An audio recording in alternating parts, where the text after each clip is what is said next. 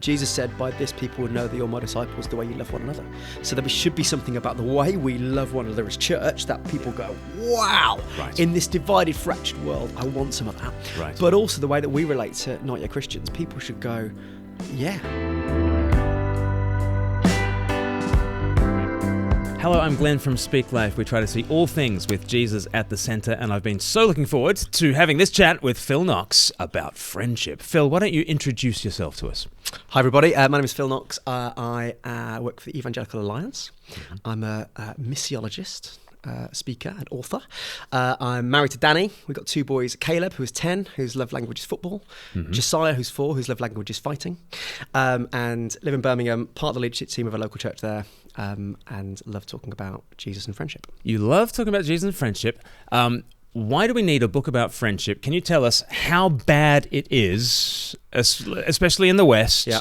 And we might get into how gendered the problem might be, Yeah. and especially for men. But let's start with, in modern day Britain, let's say, but I'm sure it's emblematic of the rest of the world. Yeah. How bad is it? Yeah, I think we're facing a loneliness epidemic at the moment. I would go that far as to say. I would say, statistically, 1 in 3 men say they have no close friends. 40% of young adults, supposedly the most connected generation in history, say they always often feel lonely. We launched this book a couple of weeks ago, and I was in the taxi on the way to the launch, and I said to the taxi driver, we were talking about my day and his day, I said, tell me about your friendships. And he said, do you know, I've only got 2 friends in the whole world. I think this is a really timely conversation. Also, the pandemic has had an impact. Mm-hmm. So again, statistically, during the pandemic, 1 in 20 to 1 in 14 people in the UK said they always often feel lonely. So there's been a real increase, I think, in this. I think for some, social distancing did mean social isolation. Right. But I think we are more connected than ever before. But that has led to a whole host of issues around loneliness. Yeah. I have friends. I can point to hundreds of them on this little app that I have. Yeah. But yeah, what's the difference between that kind of a friend and the kind of friend that you want us to have? Yeah. I think quantity is no substitute for quality. Mm-hmm. And I think what's happened to friendship, I don't think it's necessarily exclusively because of social media. I think at its best, social media is brilliant for connection. But I think Facebook and others give the illusion of friendship. And so what's happened is we all have limited relational bandwidth and capacity. Okay. And I think we live in a world that says you can have it all. So often what we do with that limited relational bandwidth and capacity is we kind of spread it across a far wider circle than we actually have the ability to really invest well into. Yes. And so one of my deep encouragements is to be intentional with a few people and disproportionate in the way we invest our time in terms of a few people, rather than just kind of let friendship happen to us. So I think you fall in love, but you make friends. And I think we've lost a bit of that art of really investing our energies well. All right, I want you to help us with making friends then. We'll think about how you maintain friendships, which I think is another huge issue that people have. I was just at a university last week doing a week long of talks with students there, and it's so easy to make friends there. You're just constantly with a cohort of people who are all interested in the same stuff that you're interested in. And you've got time.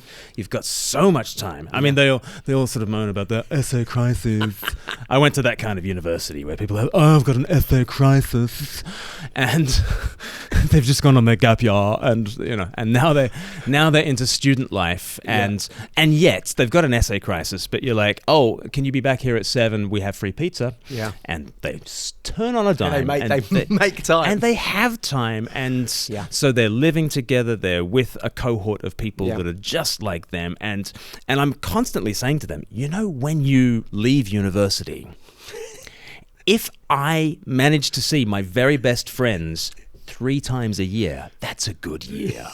And they are shocked at that. So we'll figure out how to maintain friendships in a second. But I first asked you the question, how do you make friends? So I've discovered, with a little bit of help from lots of reading, that one of the key factors is there are people in life who are called connectors. Okay. And so the chances are that some of your friends you have because you've been introduced to them by a person. So as I was writing this book, I came across this concept of connectors, and I thought about my own relationships. And I've got a mate called Andy. I've also come to the conclusion that most Andys are pretty all right guys. Just disproportionately so. Is that right? So I tried to call our second son Andy, but my no, I'm just. But let me go through my phone list. My wife couldn't live with a baby Andriego. Yes. Yeah. No. No. Yeah. No. No. Definitely.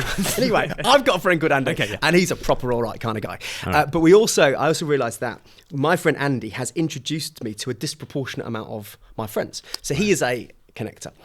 So I think when it comes to making friends, isn't this in the mafia? They have there's a connected guy. Godfathers, I think they call it. I'm known in the 5 boroughs. I'm a connected guy. Yeah. Okay. So these connectors. But so find a connector is a good starting point. Find those people who are good at introducing you to others. But I also, as I began to reflect on this, thought about God as the great connector. Okay. So I think an underestimated step when it comes to making friends is to pray. I really do think that. Okay. I think that God is the great connector. And so I even as an inspiration for this, really, saw Jesus at the cross.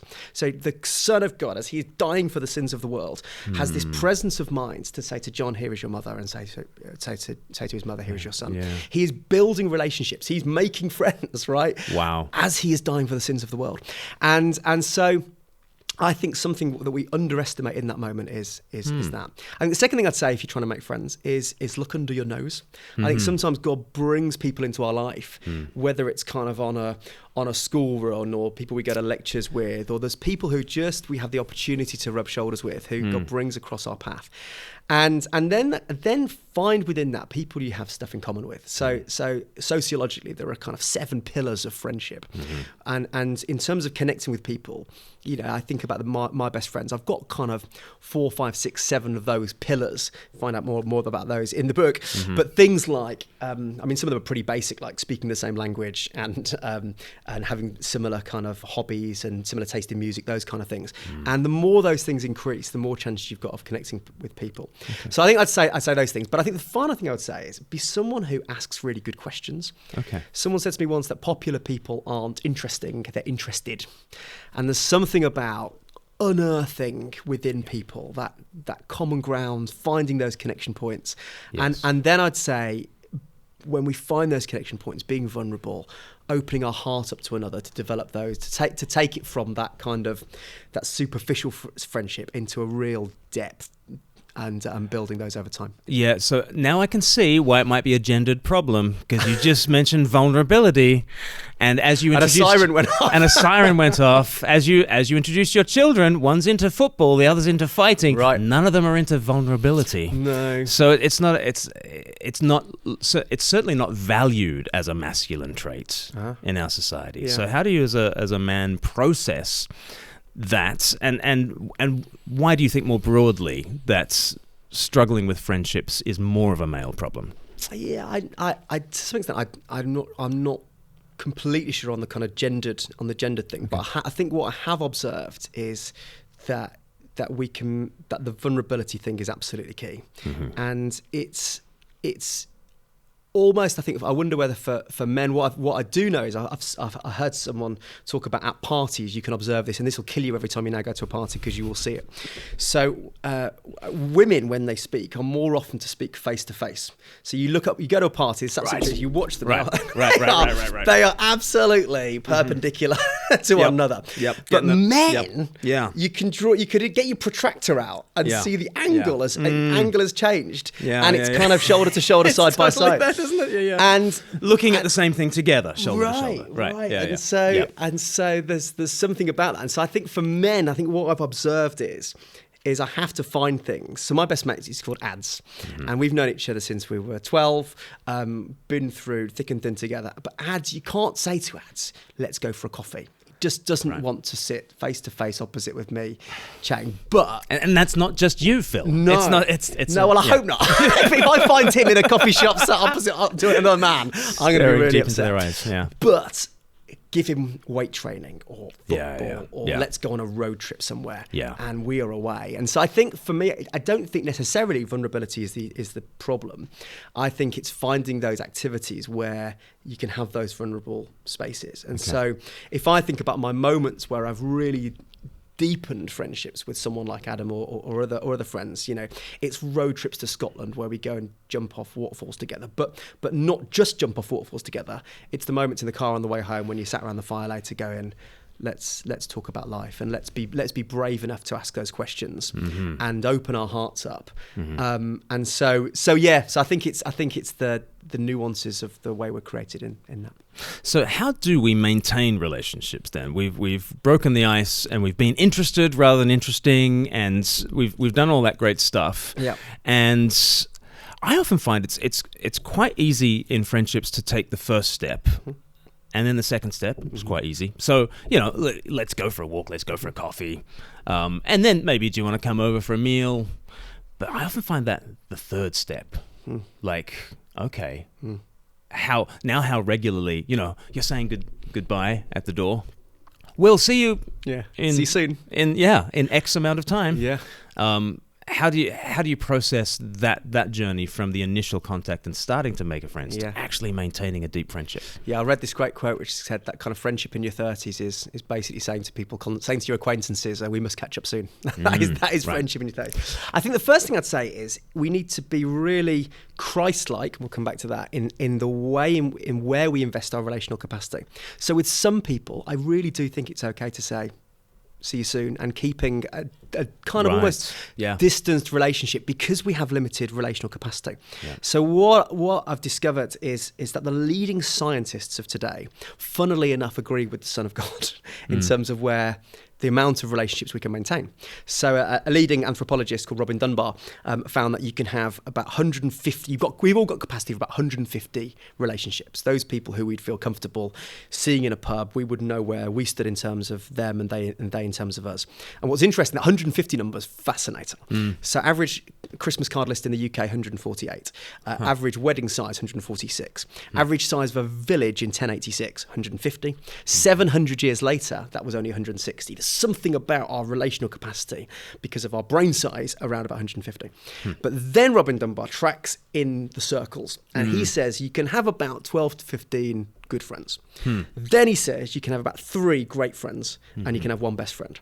And as I'm reading this, I'm like, maybe Jesus knew more than the average human being, right? Right.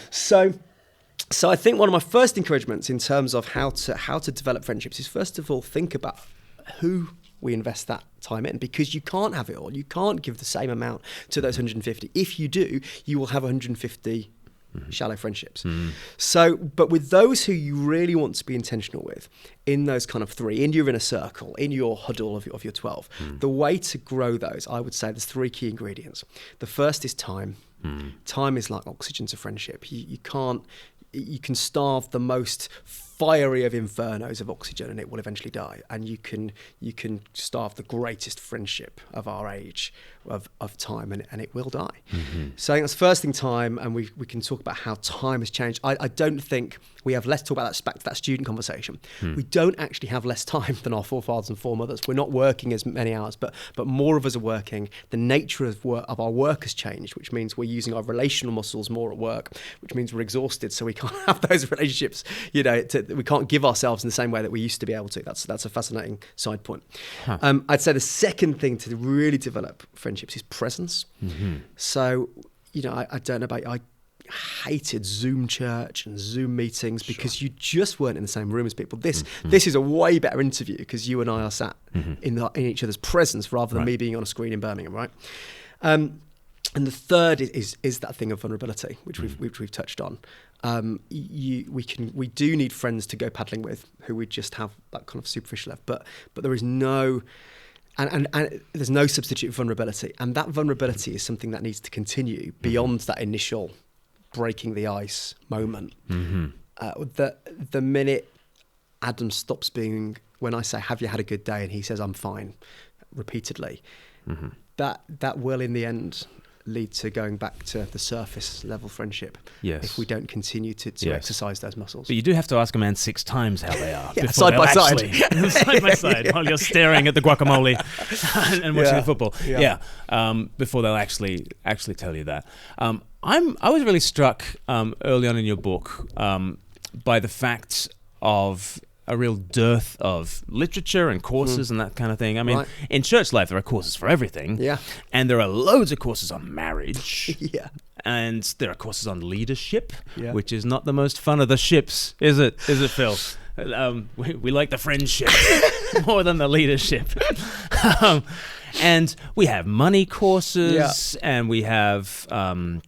I think it's friendship is the ship that I most want to sail. Is the line you're looking for? That I most want to sail. See, that has the meter to it. The editor tried to persuade me to take that out, but I really liked it. Yeah, no, absolutely right. What do editors know? That's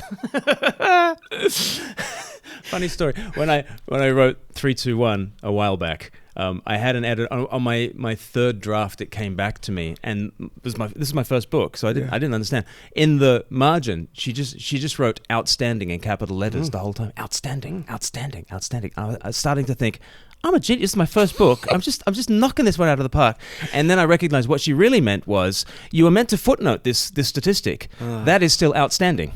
I'm so sorry. You were meant to fix up this dog's dinner of a paragraph. That is still outstanding. And it was the biggest come down in my life. Anyway, editors, what do they know? Quite a lot, and we're very grateful for them. But the idea of courses, we have courses for everything, but I've never come across a course for friendship. No. Why is that? Is it because that's like teaching grandma to suck eggs, or like? It's honestly a mystery. Yeah. Because I think it's the most important, least talked about relationship in the world and church. I think I'm really encouraged actually since doing this. Maybe I'm noticing more, but I actually think it's something that God's doing. But also, hopefully, they're being inspired by seeing me post relentlessly on social media about it. Loads more churches have started preaching and teaching on this stuff. But previously, when I started writing the book, I asked pastor after pastor, have you ever preached on this? I asked Christian after Christian, have you ever heard a sermon on this? And the answer was almost always no. Right. And I think, I don't know, it's an utter mystery, but I really hope one of the missions behind this book, and what we're trying to do as part of my work at the Evangelical Alliance, is to bring this conversation front and centre, not only in the church, but also in the world. Yeah. And been fascinated to see that in the broadest possible sense, the world's really interested about friendship, and the opportunities I've had to talk about this widely across the media have been really encouraging. Yes. And they even want to listen to a Christian on this, which is amazing. Yeah. And so I do think, but I think there are 10,000 books with the word leadership in the title, fraction with friendship in the title. Let's take this seriously. And especially the church needs that, because if I spoke to Andrew Bunt last week, and people can check out that interview. And so here's a guy who identifies as a same-sex attracted Christian who is committed to the way of Jesus and celibacy, and no sex outside marriage. And when I asked him what should churches look like if they're going to affirm, this biblical view of marriage, and the first thing he says is obviously friendship, because we along with the whole world have eroticized love. Yeah. In this quite perverse way, so that the only sense of if I use the phrase same-sex love, as I said to Andrew last week, if I use this phrase same-sex love, people are like, oh, you mean a gay relationship? Whereas, like, prior to Freud, everyone was talking about, David and Jonathan did not have a sexual relationship at all, but they loved one another, right? Yeah. And we just don't have that category because we've eroticized everything. And so we might put on marriage course after marriage course, but we've got no place for... not the eros love that C.S. Lewis spoke of from the Greek, but where's the place for the philia love? Yeah. And fascinatingly, in the Four Loves, C.S. Lewis said, if you want to understand eros, it's the image of two people gazing at one another. If you want to understand philia, it is two people shoulder to shoulder looking at a common horizon. Yeah. And out they go. But if we are going to de-eroticize... the idea of love, if we're going to hold to what I think is a really nourishing, life-giving vision for sex and relationships and singleness, we've got to put friendship front and center, don't we? Yeah, and I think we've idolized in our culture, and possibly even the church, romance and marriage. Yeah. At the expense of friendship. Yeah. Yeah. And so many men, if you were sort of to ask them, do you have a friend? A lot of them would say, well, does my wife count? Can I count that? And yes, your wife counts. Yeah. But if that is the only friendship that you have, we are really in a pickle, to put it mildly. So, all right, let me put something to you. In your book, you talk about radiators and drains. when it comes to friendship. Can you just explain what you mean by radiators and drains, and I'll ask you about it? Yeah, it's come from my dear mum, okay, who said that there were some people in her life when she spent time with, they just radiate. We know those people, right? You're one of those people, Glenn. It's been great to walk along the seafront with you today. You radiate life. It's been life-giving spend time with you. But there are others who you spend time with who it's like you leave their presence and you're like, where's my soul gone, right? It's like you've been sucked dry of any life. And I think we have experience, most of us, of spending time with those kind of people. My point in the book is that we need both. So we need people who bring us life and who we leave their presence and our hearts are full and our souls are singing, and you give them a hug and the oxytocin is pumping through our veins and we're like, fantastic. But there are other people who actually we give the gift of friendship to. So there is something in our individualistic world, when you read the chapter on the power of friendship, it's really easy to read that and go, I'm going to live longer because of the friends. So I make the point in the book, it's better to eat kebabs with friends than salad on your own, because you will live longer with better relationships. But that's not just for your benefit. So when you're friends with someone, it's not just that you get the gift of life from them, but you get to give the life to somebody else. Right. And so one of the sacrificial, like Jesus says, there is no greater love than they that lay their life down for their friends. There is something powerful about us giving our friendship away to sometimes to people who maybe need our friendship more than we need their friendship. And it's I think often self-indulgent and not sacrificial to just only hang out with radiators.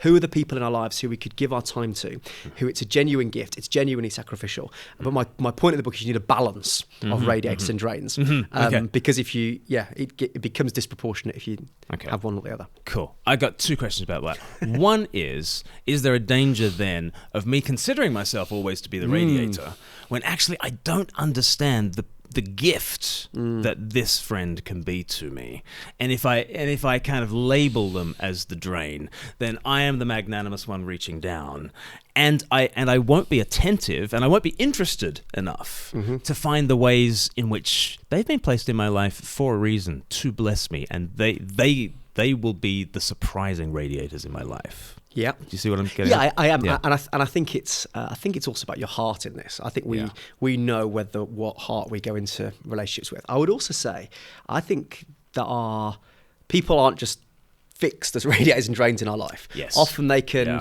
oscillate as we go through life, but also genuinely, you can have some people who actually. It changes. That dynamic can often change. Yes. I guess what I was trying to talk about in the book is that we shouldn't become so self-indulgent with friendship and play into the individualistic narrative of our world to constantly be asking, what can I get out of relationships, rather than what can we give. I think the Christ-like way is to ask, what can we give to our friends, not just what can we get out of them. Completely. So it's out of fullness that we share, and perhaps that's a fullness that we shouldn't be seeking from that relationship, because at that stage it becomes manipulative. What can I get out of this? It's actually, what can I give that Christ has blessed me with, and we overflow, which seems to me to be a very healthy antidote to the slogan you see on social media, which is cut the toxic people out of your life. And I love the Babylon Bee kind of parody newspaper. They had a headline a couple of years ago: God cuts the toxic people out of his life, 8 billion dead. Which nails the problem with that as a slogan. Yeah. But are you seeing that there is this sort of cultural mentality that if anybody is draining me in any way, shape or form, or disagrees with me, then cut them dead, ghost them? I think, I'm not aware of the statistics around it, but I'm certainly aware anecdotally of people who've been unfriended on Facebook and other social media platforms because they believe different things, whether they be Christian values or other. I think there is a real tendency to want to feel safe within our own echo chambers, and therefore and to surround ourselves with the media and the people who think the same as us, look like us. And I think it's a real danger in our society. So author John Yates wrote an amazing book called Fractured, and he says that most people in the UK say we are more divided than ever before as a nation. And I think that we exacerbate the problem of the divisions in our times by only spending time with people who are the same as us. I think I think there's a richness and a beauty to friendship, being friends with people who are different from us, and I think that's what the way God's created us, and there's something beautiful, and we see the diversity of the bride in Revelation. And heaven, if you only spend time with people that like you, heaven is going to be a shock, right? because there's going to be people from every tribe, tongue, background, story. Yes. It's gonna, So I think there's something that we're missing out on if we do that. And I think there's also something powerful about the church speaking into that, because I think, that church is the only room I'm in where there's people at both ends of the socioeconomic spectrum, people of different ages, stories, backgrounds, ethnicities. Yeah. It's beautiful. It's a foretaste of heaven. But I don't see that many other places in society. No. And I think in terms of an antidote to loneliness and a taste of the richness of what life could be, the church has something beautiful to speak into that. Absolutely, because it's embodied, and you're just kind of forced to relate to your neighbor, because there they are, and who knows what they voted in the referendum. Yeah. Who knows who they voted for. Some people tell you. That's right. And then you've got to, determined to be the radiator in that position, and bless them no matter what. But I think because of the online thing, our lives are so segmented by interest. And so it's very easy to go online and find my people. I can find my people, whether they live in Santiago or Sydney or wherever, Seattle, who knows. But my people are the people who share the impeccable views that I have, the right views. Yeah. And so we're just used to relating to people who agree with us. Whereas in church, you're just thrown together with the person who's in your locality and happens to love Jesus, but they could have voted the wrong way. Yeah. Phil. And again, the answer, I tell my children, if you ever don't hear the question in Sunday school or you're not sure of the answer, put your hand up and say Jesus, because 90% of the time you'll be right. But I think in terms of this, again, the answer is Jesus, because I think what I found as I've delved into the life of the 12 specifically, it's a chapter on the 12 in the book, which looks at the makeup of Jesus' disciples. And my thesis is that 7 out of the 12, interestingly, just about a majority. So Peter, James, John, Andrew, Philip, Bartholomew and Thomas, I reckon, knew each other. They were kind of from the fishing community of Bethsaida when Jesus called them. And then you've got the 5 who are just curveballs. So I'm fascinated to see the moment when, for example, Simon the Zealot, who would have wanted to kill Romans and tax collectors, was in the same room as a Roman supporting tax collector in Matthew. I just would have loved to have been there. And I think Jesus' encouragement to us is that, first of all, it's great to have friends who you've got stuff in common with. So those 7, they would have been into the same stuff, background, language, interests, fishing, all of that stuff. I'm also curious, maybe you could tell me this, Glenn, why did he choose fishermen, not carpenters? I'm genuinely curious about that. Anyway, he chose fishermen. 7 of that 12.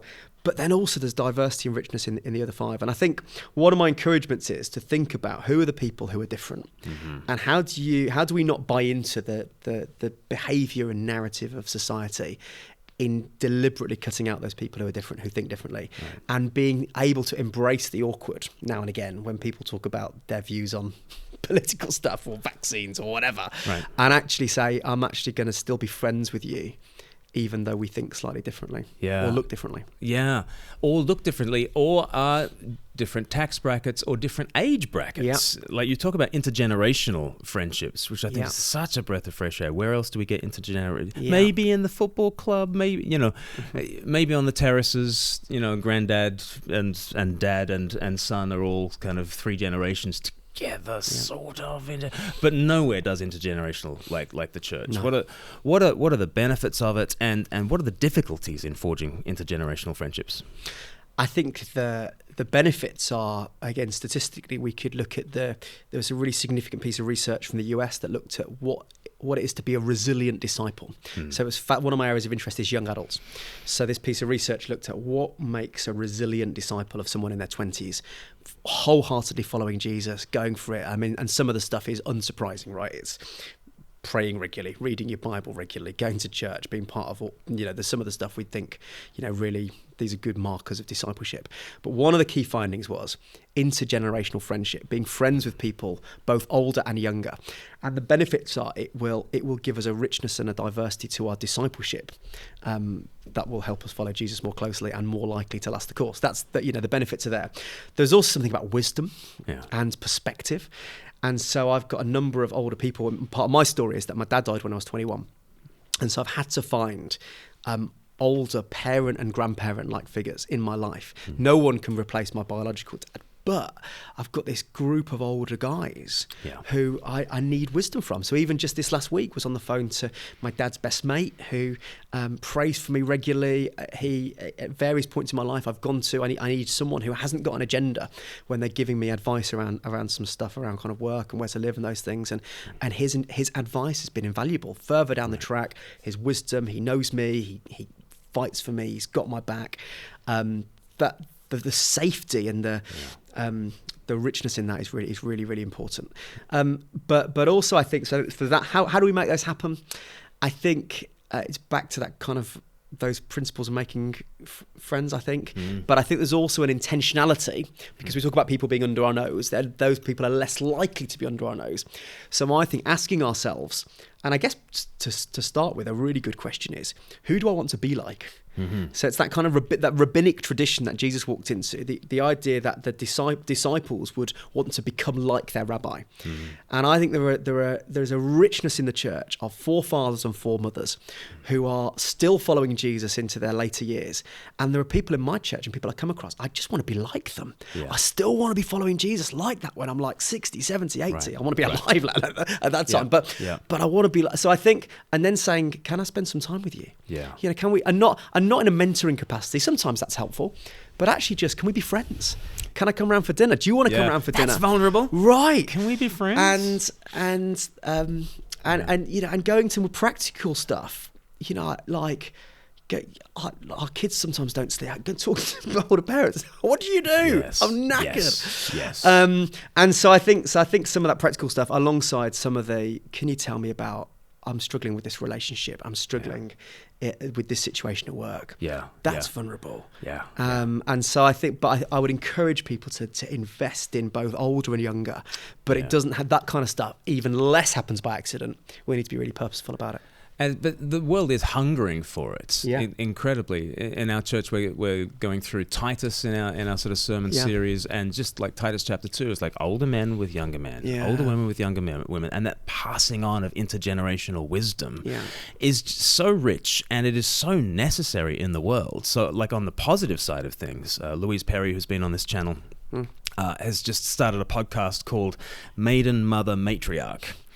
And she's just noticing that, like, women have this segmented life stage, and at one time they're maidens, and perhaps if they get married, they become mothers, and then they become matriarchs, but nobody is offering the wisdom, the intergenerational wisdom of how to make that transition from maiden to mother, from mother to matriarch, and so she's kind of offering that because the whole world has this cult of youth.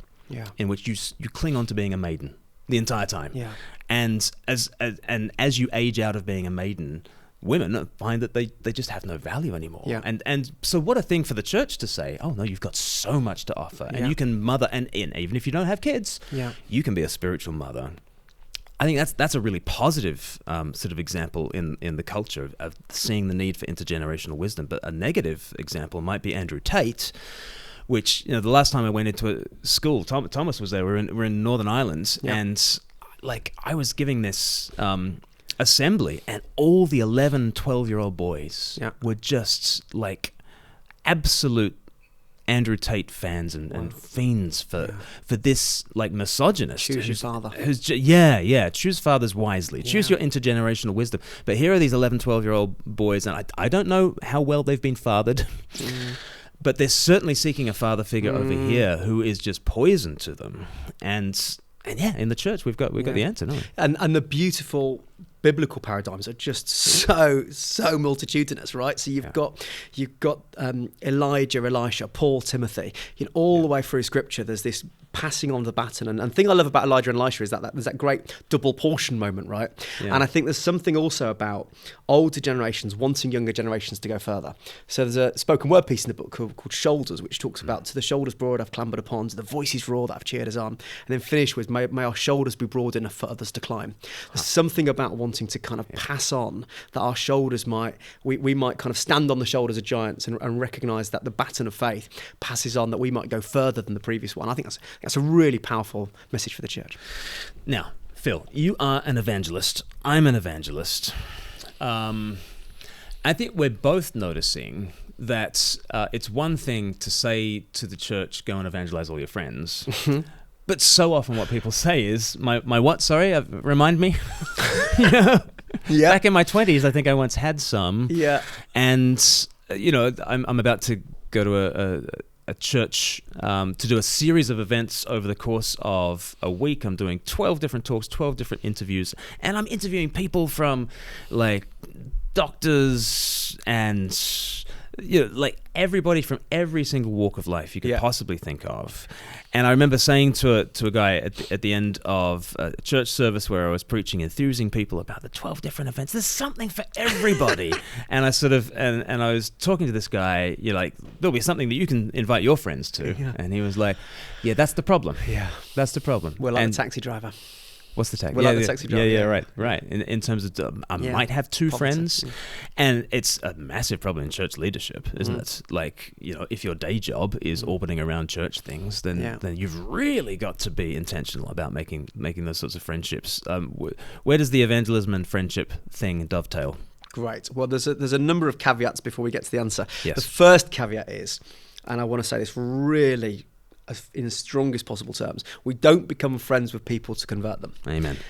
We become friends with people because we're made in the image of the relational God, and Jesus says to love your neighbor as you love yourself. That's what we are. That's why we're friends with people. And I could honestly say, hand on heart, I've got a number of people who I pray for every day to come to faith. If I was told they would never become Christians, I would still be their friend till death us do part. Right. There is no way, this cancel culture thing doesn't exist if we think people won't become Christians. Right. So that's the first thing to say. The second thing to say is how important this stuff is. So missiologically, one of my job at the Evangelical Alliance is asking the question, how are people becoming Christians? There is almost always, research and anecdote tells me, there is almost always a friend, a neighbour, a colleague or a family member who plays the most important role on the journey. The events that you and I run, people are there because their friends have invited them to that event. Billy Graham becomes a Christian because Albert McMakin invites him to an evangelistic event, and he doesn't get the credit. We can't all be Billy Grahams, but we can all be Albert McMakins. So there is something about the role that is so important.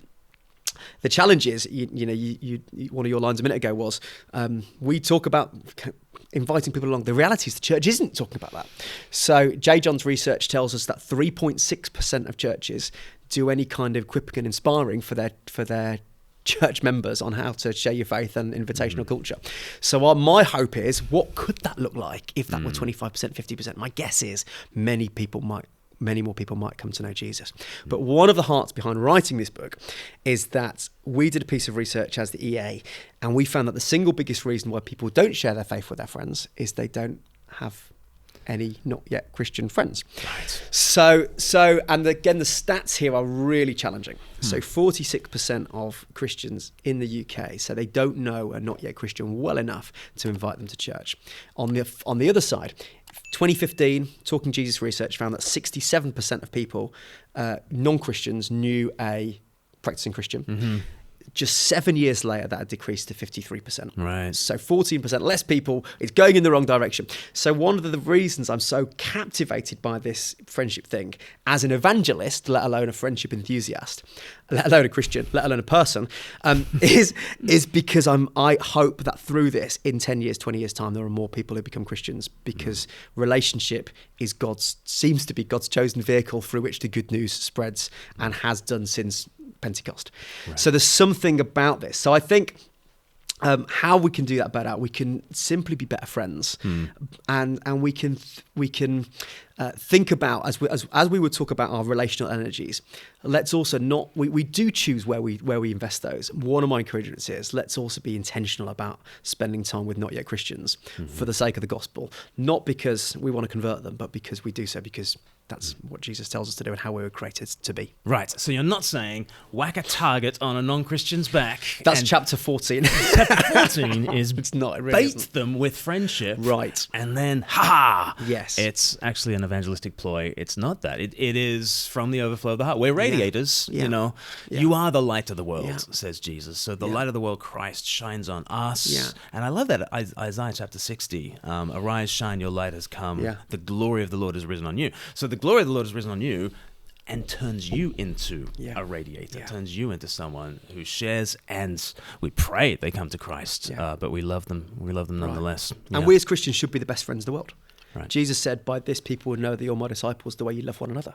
So there should be something about the way we love one another as church that people go, wow, in this divided, fractured world, I want some of that. Right. But also the way that we relate to not yet Christians, people should go, yeah, I'm whatever they're selling, I'll have some of, because I see the difference Jesus makes in their life in the way that they treat me, even though I'm different, the way that they sacrifice themselves. My mum died during COVID. Our living room looked like Clinton's cards. Our kitchen looked like a florist. We didn't cook for 3 months. Why? Because friends were there for us, and I'm sure not yet Christians looked at that and went, that's different. Right. And so yes, I think this friendship thing is captivating.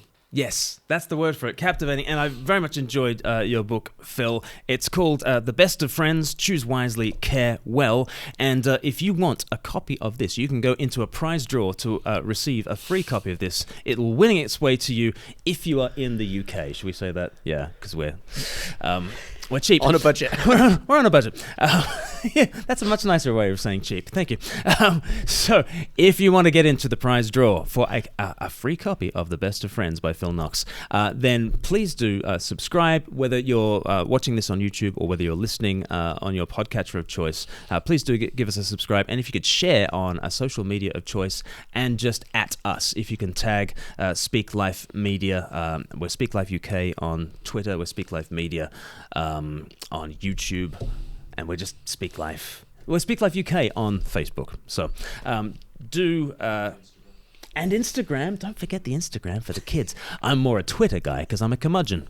I'm an old curmudgeon, so that's more my bag. But we'd love to put you in the prize draw for this. Thank you so much for writing this, Phil. Thanks for having us. Thanks for joining me today. God bless, and we'll see you again on the Speak Life channel.